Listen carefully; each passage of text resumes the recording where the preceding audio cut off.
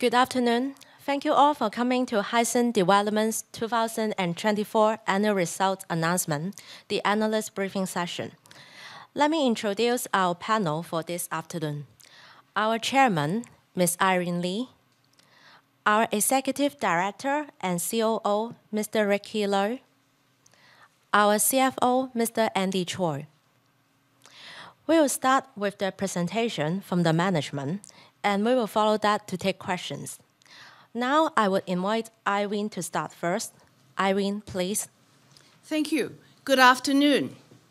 I would like to wish everyone a healthy, prosperous, and happy Year of the Snake. I think it'll be a good year. Welcome to the Analyst Briefing on Hysan's 2024 Annual Results. I love this photo. The year 2024 marked a major historical milestone for Hysan as we embarked on a second century of contributing to Hong Kong's development and shaping the city's growth. As an integral special region of China's long-term economic development, Hong Kong's economic future is secure and strong, underpinning our confidence in the future of Hong Kong. Hysan continued to leverage the strengths of our core businesses and contributions from our strategic pillars during 2024. This is a very good title. It's a good description of where we are at. These 5 years capture important defining milestones for Hysan. As retail and office trends evolve, we are reimagining and refreshing our offerings, starting with the rejuvenation of the Lee Gardens precinct that began more than 2 years ago. We are now seeing the results. It's worth mentioning on the board, we have been very successful in recruiting outstanding board members. I think that is very, very important and worthy of a mention. These board members bring diverse and relevant skill sets. Their expertise enables us to drive business transformation, add long-term value to the organization, and effectively navigate structural changes. The achievement of our evolving business strategy was reflected in the financial contributions that began to materialize during this year. In 2024, we began to unveil our new Lee Gardens, welcoming more than 10 newly renovated and expanded Maison flagships, including the recent reopening of Hermès, Dior, and Cartier in Lee Garden 1, 2, 3, and 5. We look forward to showcasing more flagships and new concepts throughout the portfolio this year. The completion of the rejuvenation will double our luxury portfolio. You will find the latest luxury flagships, a fuller range of cuisine, and more diversity in shopping experience at our Lee Gardens. If you haven't been to these, you must try immediately. The second half of 2024 saw the arrival of strategic additions to the tenant mix at Lee Garden 1, included curated lifestyle brands alongside fine dining restaurants. Notable arrivals included Hong Kong's first Michelin Green Star certified restaurant and renowned overseas F&B outlets making their debut in Hong Kong. These additions complement Lee Garden 1's flagship stores to deliver a holistic, high-end retail and culinary experience. Further enrichment of luxury offerings at the property is also underway, reinforcing Lee Garden's prestige as the city's home of luxury.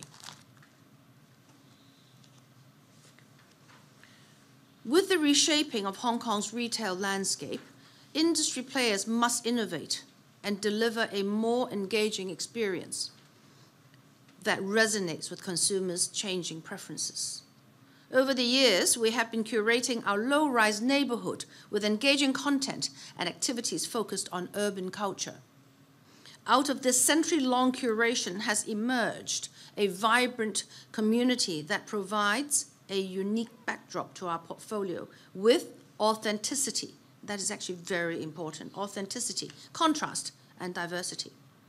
Our seamless physical and digital immersive trend-setting offerings connect to and interact with many generations of locals and tourists.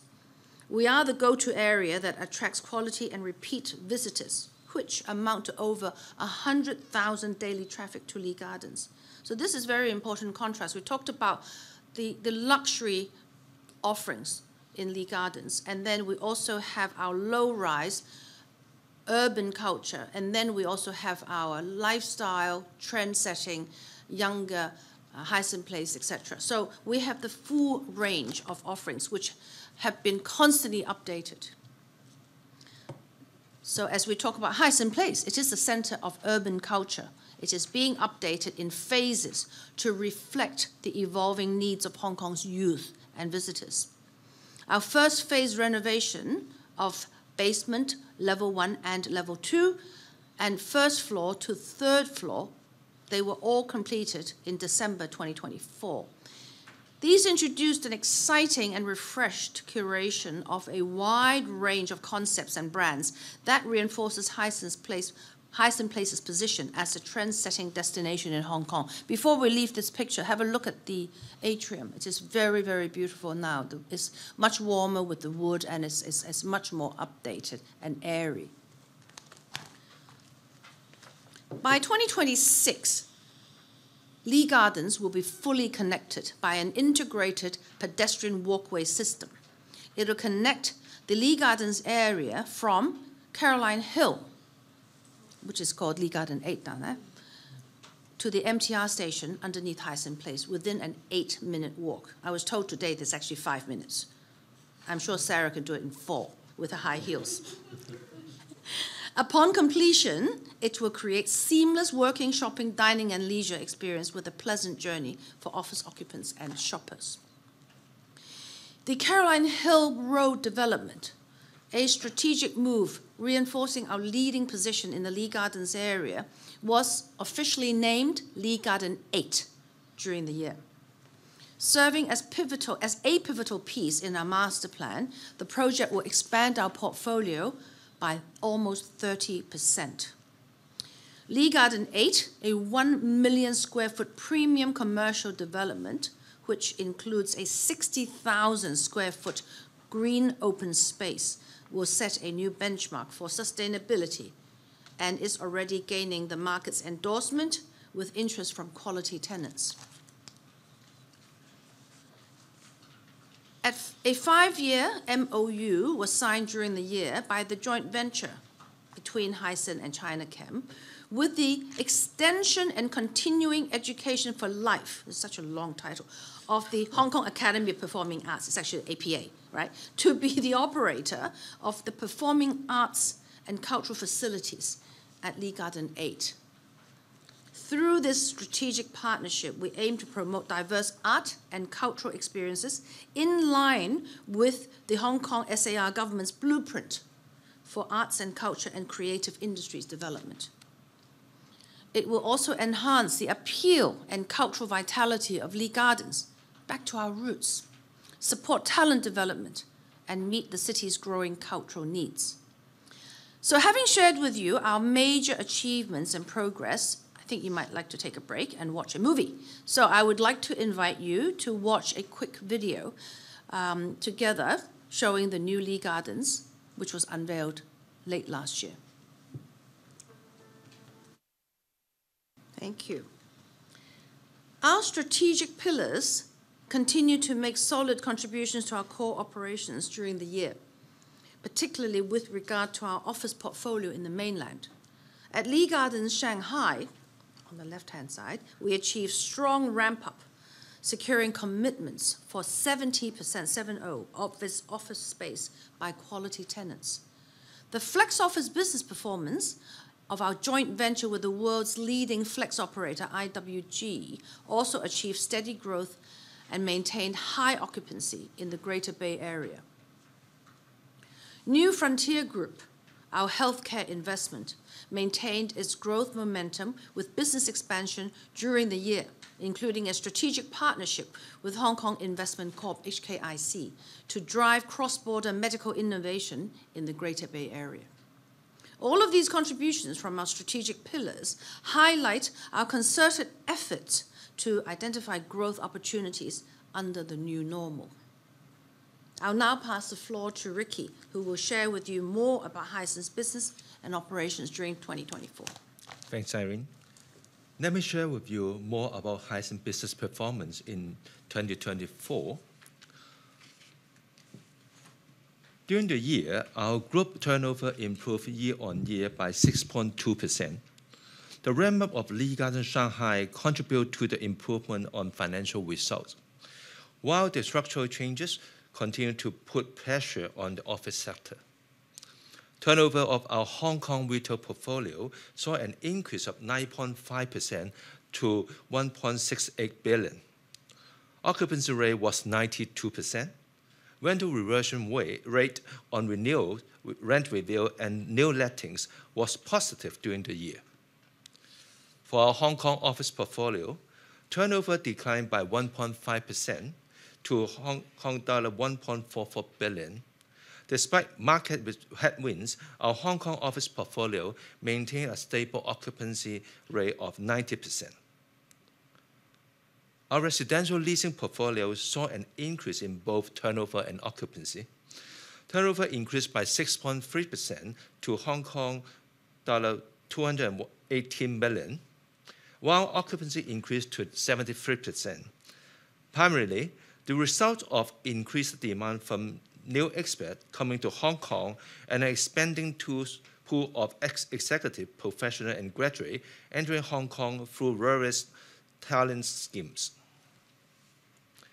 As for Lee Garden Shanghai, we achieved strong ramp-up and it started to deliver a new stream of recurring income for our group.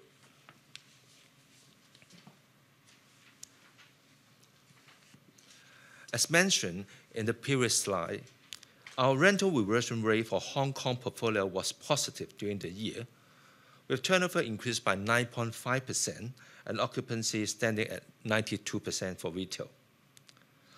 The positive rental reversion was mainly attributed to our asset enhancement work and ongoing positive results from the Lee Garden rejuvenations, which had attracted and secured tenants with stronger sales potential and higher rental affordability. We strengthened our communication and marketing collaborations with anchor tenants during the year to create better customer experience and sales performance. Lee Garden 1 and Lee Garden 5 also welcomed the reopening of several major luxury anchor tenants. The reopening of these expanded and new maisons reinforced Lee Garden's position as a premier destination for top luxe brands in Hong Kong. The second half of 2024 saw the arrival of strategic additions to the tenant mix at Lee Garden 1, including curated lifestyle brands alongside fine dining restaurants. As Irene mentioned earlier, notable arrival included Hong Kong's first Michelin Green Star certified restaurant. These additions complement Lee Garden 1's luxury flagship store to deliver a holistic, high-end retail and culinary experience. Hysan Place underwent a new phase of transformation, with renovations extended from the atrium on the first floor to the third floor, where over 30 international and local brands were welcome. The first phase of transformation received an award in the Best Shopping Experience category at the Mimpin Asia Award 2024, recognizing the refreshed urban living and shopping experience offered at Hysan Place.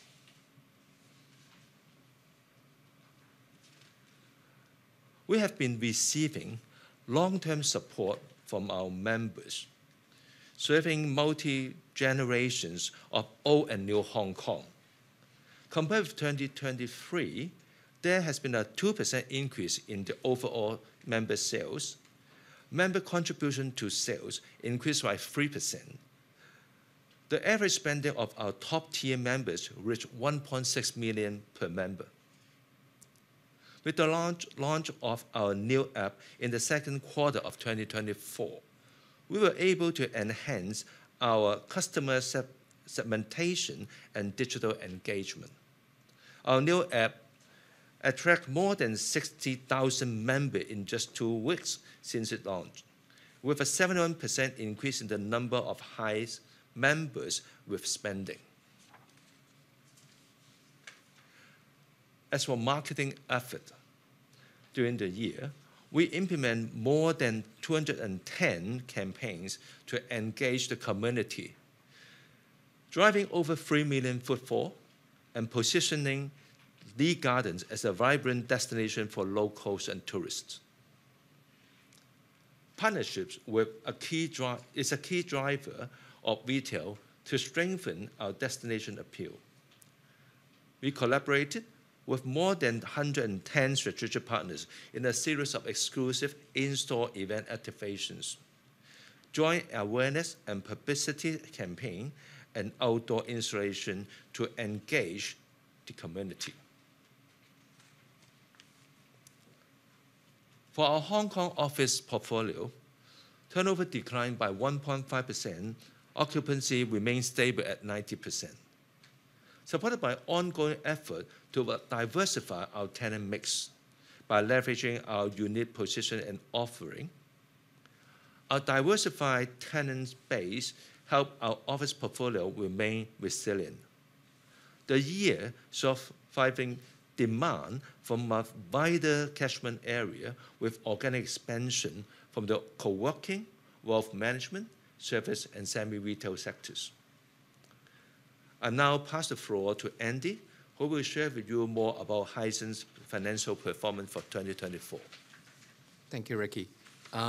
Okay, on this page, we are going to take a look at some of the key financial metrics. First of all, shareholders' fund and NAV per share both declined by 1.7 and 1.8%. A good part of that is attributable to the fair value measurement of investment property, which is non-cash in nature. And in terms of dividend, our full-year dividend for 2024 is 1.08 Hong Kong dollar, same as last year. Okay. Next page, some of the capital management key metrics. In terms of gearing, we are at 31.4% as of the 2024 year end, a slight increase from previous year as our strategic CAPEX project continued to progress according to our plan and within budget. So the gearing is pretty much healthy and within our plan.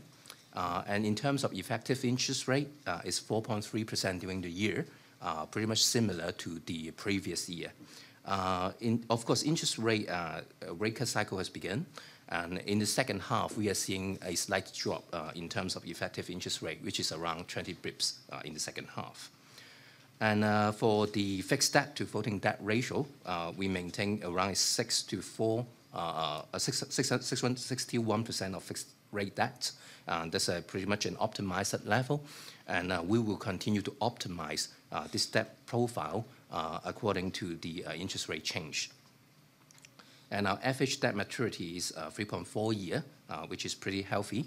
And also during the year, we have secured an Hong Kong dollar 8 billion syndicated loan participated by 20 leading banks, both international and in Hong Kong. So that gives us a very healthy buffer and ample financial resources in the upcoming refinancing activity over the next 2 to 3 years.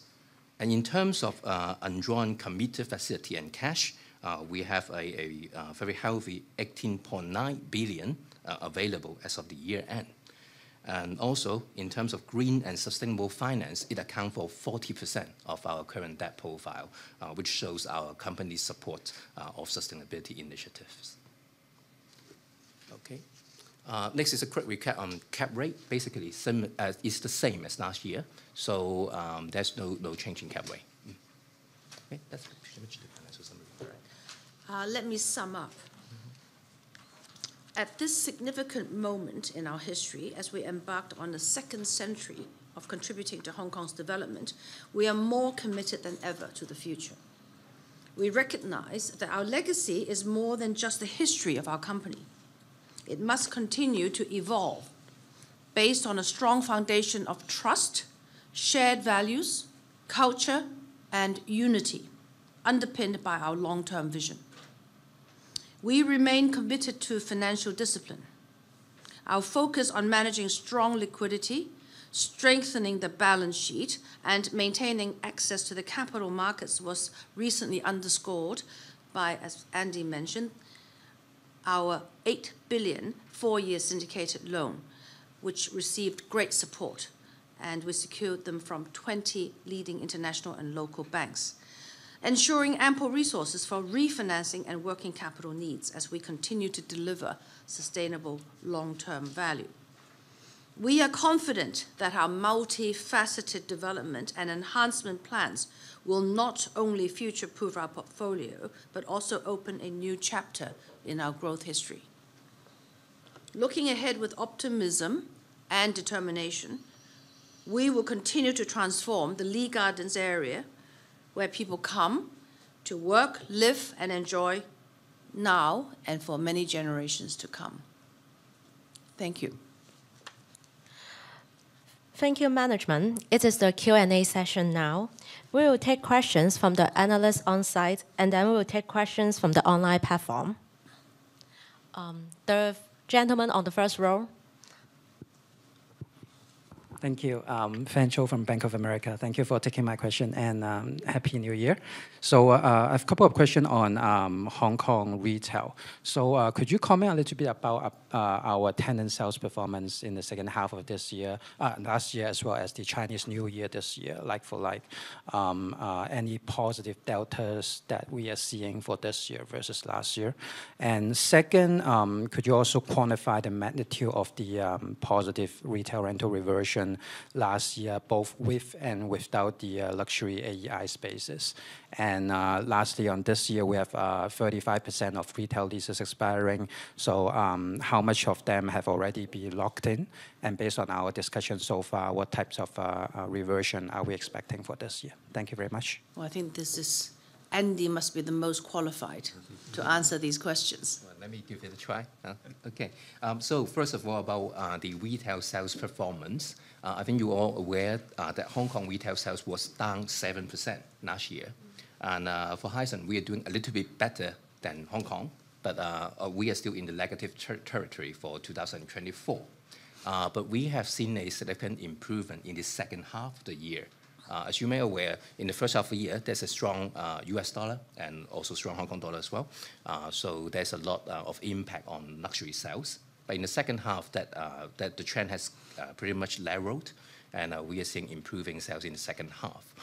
Entering into the first months of 2025, we are seeing positive mid-single-digit percentage year-on-year improvement in terms of tenant sales. So I think that's quite encouraging. As well as footfall, I think, in the first 2 months. Yeah. Yes, in terms of footfall, it's a mid-single-digit percentage increase year-on-year. Mm-hmm. Okay, next is on reversion. As we mentioned, the trend of positive rental reversion continued throughout 2024.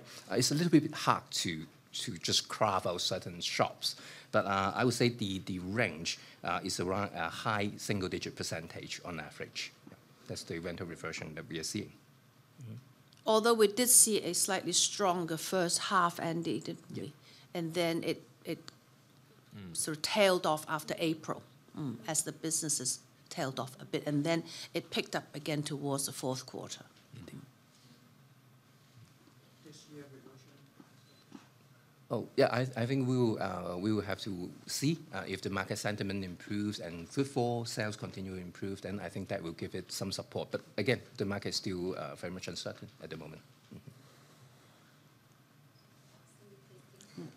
Hi, Hi, this is Cindy from Citi. So the first question is actually on DPS and gearing. So I think market respond quite positively on the stable DPS. So just want to hear your thoughts on a forward-looking basis. Like last year, we still have quite a chunk of capex, have the cash outflow, but we managed to keep the dividend. So how should we think about, like, say, gearing levels and capex outflow and all the dividend priorities on cash flow in 25 or even 26? Hopefully, I think in 27, after we conclude all the construction, things should get better. But just on the coming 2 years, what are you thinking? This is the first thing. And second thing is want to touch a little bit on retail occupancy, trying to better understand the 92% occupancy.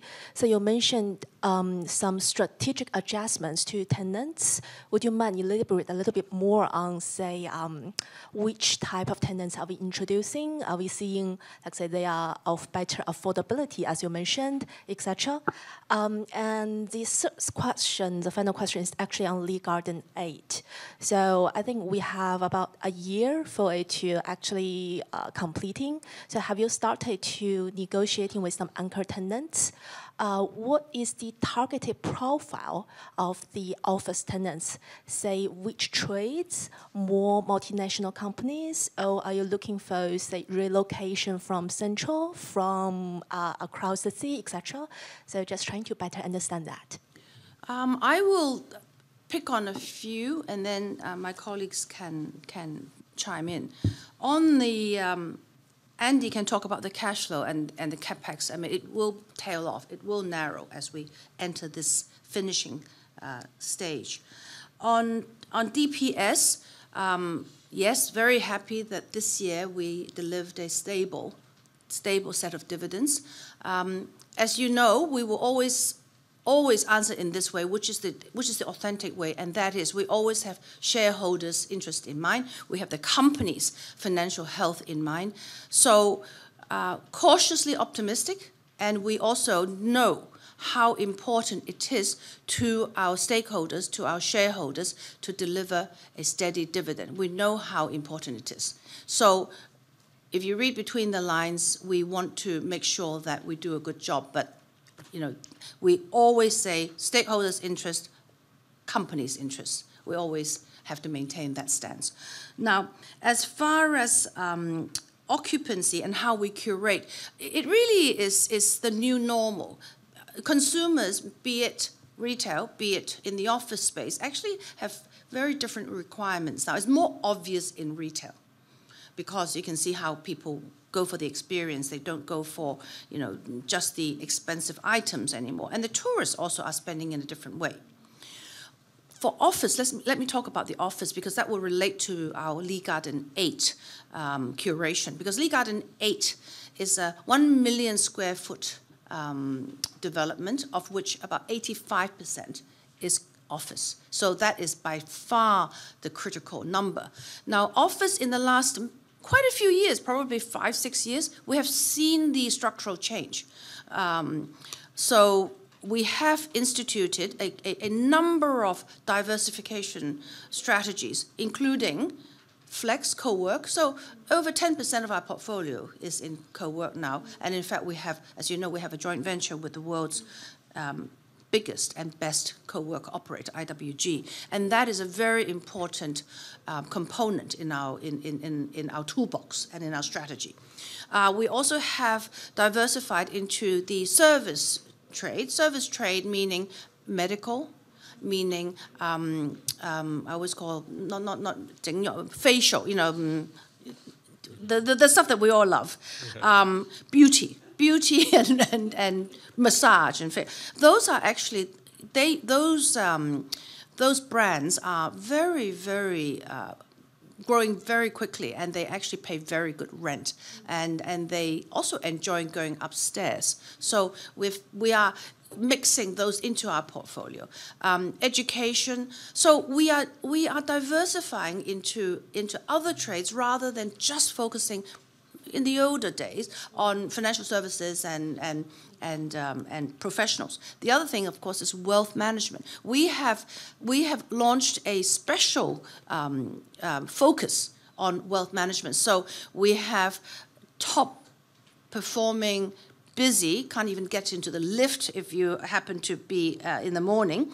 We have Standard Chartered, we have HSBC, we have a Singaporean brand called RISE, W-R-I-S-E, and many others who can see the potential here, because we're the sort of area that can make it easier, simpler, attractive for these banks to attract their clients. So for that, we have been very, very focused on diversifying. So that is really how I would answer. How have we curated our portfolio? And that also leads to how we have curated LG8. Now, LG8, we will go along those lines as well for our office. For the retail, it is very much young, urban chic, young. So it'll be young luxe, and it's going to be, there's going to be some open space, the urban oasis, we always describe it. But youth is where the future is. So there's no question throughout the portfolio, the focus is on youth. Hysan Place is very pumping trendy, and we're constantly refreshing that. So I think, Andy, do you want to talk about anything on cash flow, on CapEx? Because that is really tailing off. Yeah. I think, as I mentioned before, all of our major CapEx projects progressing on track and within budget. So I think our estimates of CapEx is similar and consistent with our previous estimates. So that basically is 1 to 2 billion CapEx outflow during the project period. Of course, a little bit of that could be tailing into 2027 about the back-end payments. Yeah. Because LG8 has another 18 months or so. It's H2, second half of 26. Mm-hmm. So that is, and then of course, you remember our bridges. The connectivity will happen about the same time. So that's our expenditure. Money well spent, I can assure you.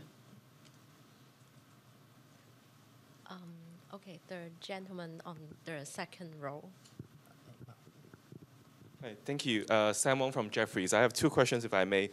First is a follow-up on the office point, right? I just wonder, we all know that supply is a bit of an issue right now. So outside of that, Class C retail trade that Irene just alluded to, just wonder, in terms of genuine kind of office demand, are we seeing any signs of pickup in the near term? And then the second question is, in terms of the cap rate, right? Given the recent market transactions, do we see any needs to adjust the cap rate in the near-term future? Mm-hmm. And finally, just want to double-check on a point. In terms of the first month, is it the retail sales or the footfall trend up mid-single digit or both?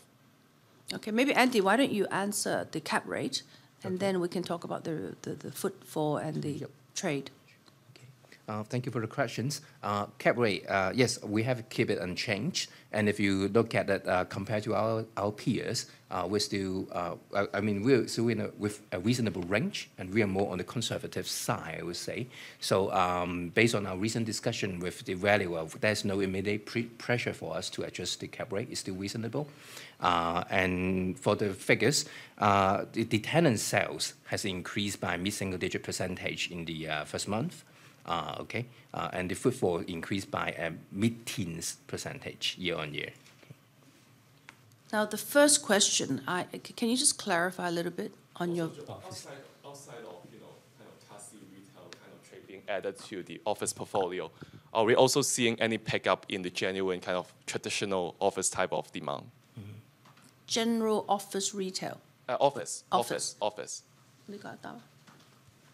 think if we talk about demand, no one will say the office market now is booming, right? But at the same time, we do see a lot of consolidation or relocation demand. And so back to the question about whether this is from Central, we do see this multi-location consolidation. Rather than just moving from one building to another building. And also the market looking for high standard sustainable building that they can stay for long. And that I would say the premium sustainable standard of Lee Gardens 8 to meet most of the requirement. We are very green lease ready. At the same time, as Irene mentioned, even for traditional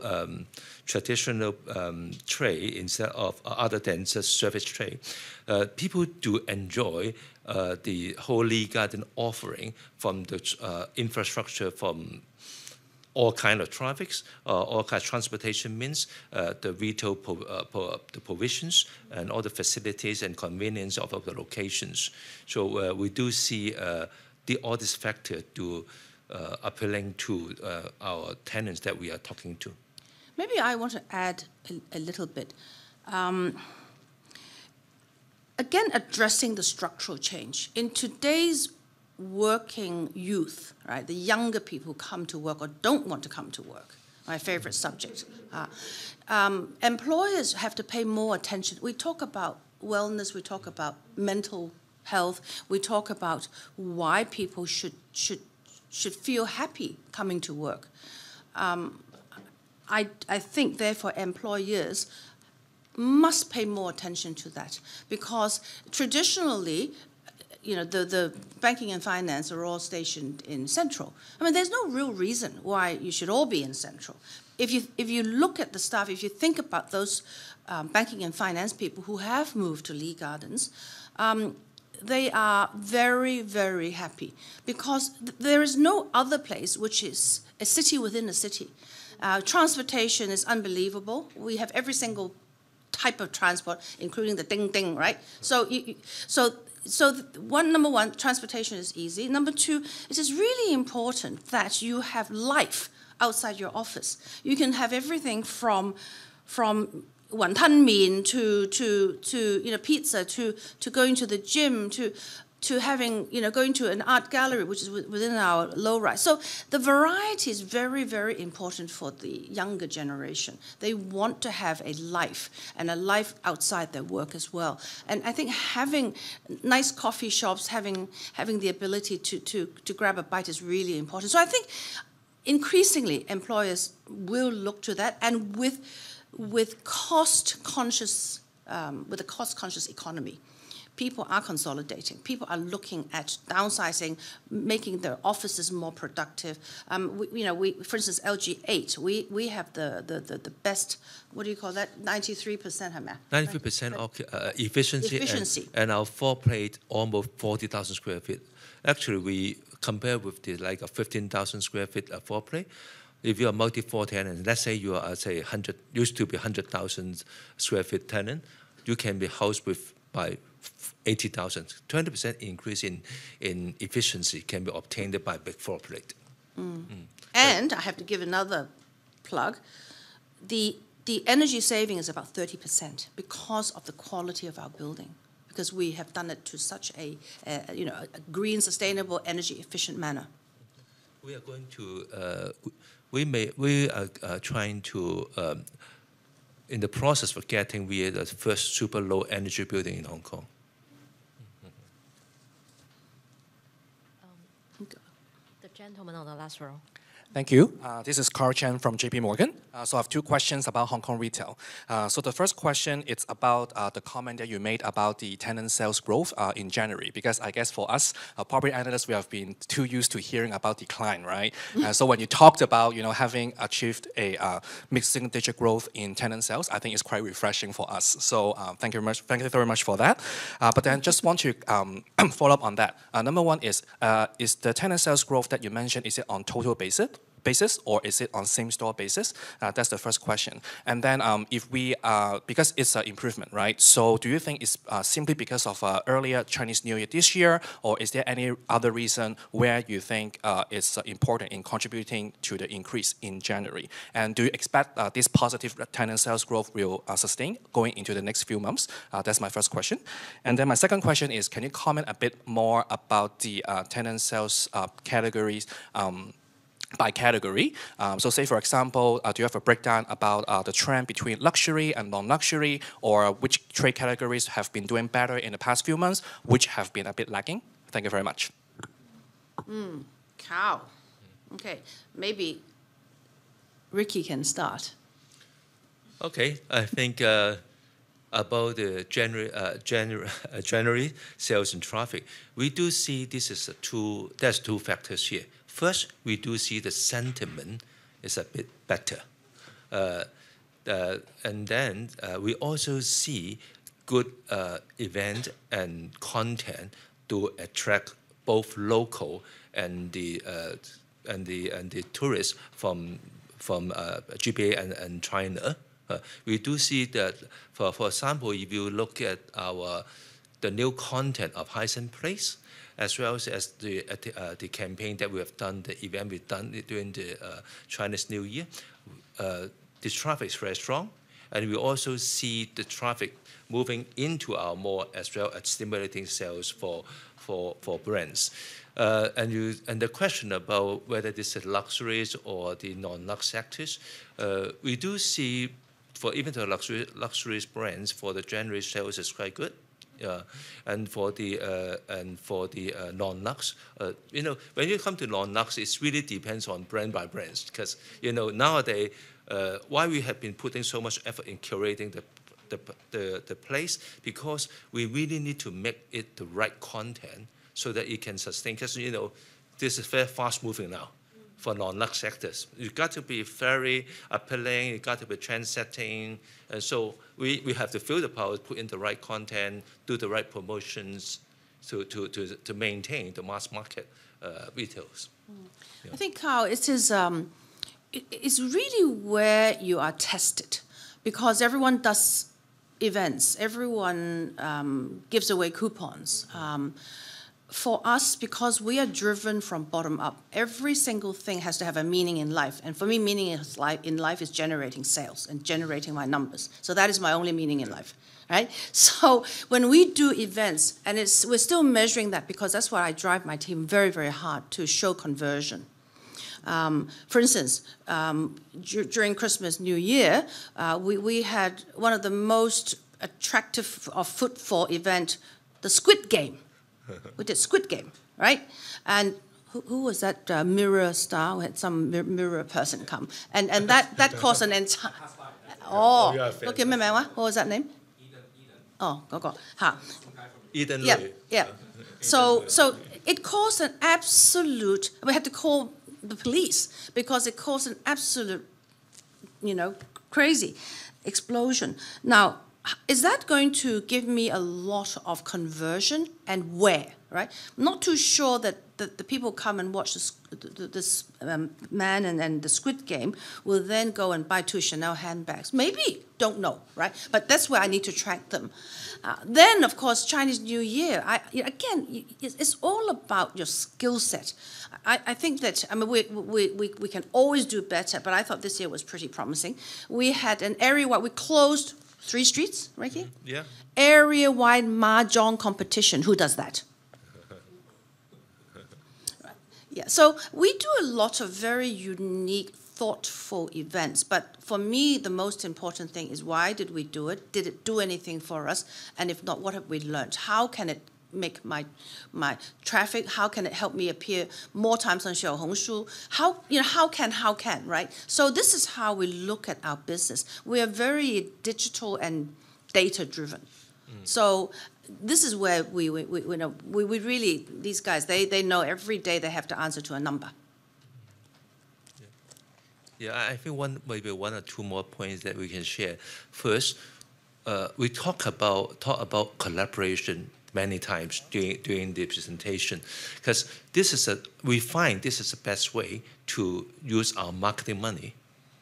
And then, because it helps on, say, we share the cost, as well as we put in other people's best content to do the marketing. So we don't do the marketing using only with my money. I think that's very critical for us. And secondly, you see, we don't really spend too much money about setup, so that you can take Instagram photos, because it doesn't really give you the return.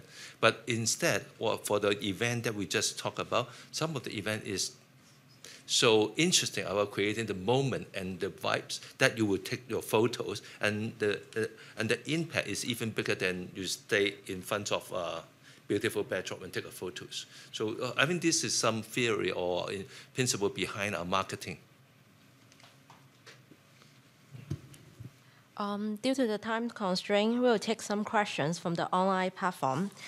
It is from Praveen from Morgan Stanley. He wants to know two things. One is about the company's plan on the 4.1% sub-perps. And the second question is about, can the company describe the bank confidence? What is the key ratio about? This has to be Andy. Okay. On the 4.1% support, the company is aware of the timetable. We have the first callable day in June. So we are evaluating different options and we are planning and we will manage it. And the second point about bank covenant, of course, we have the customary gearing types of covenant there. And what I can say is we have a very ample headroom compared to our current gearing ratio. Thank you, management. Today's briefing session is completed, and we sincerely invite all of you to come and enjoy in our Lee Garden.